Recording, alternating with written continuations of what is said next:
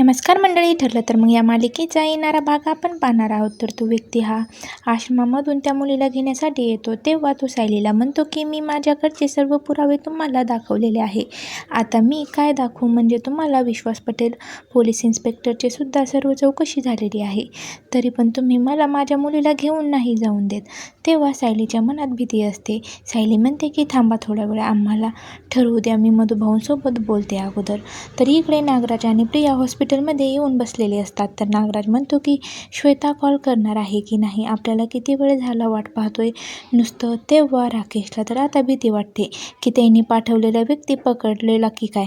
तर आता इकडे अर्जुन सायलीला समजावतो की तो व्यक्ती जो सांगत आहे ते खरं आहे. तेव्हा सायली घाबरते आणि म्हणते की मला तरी असं वाटत नाही, मला सतत वाटत आहे तो माणूस खोटं आहे.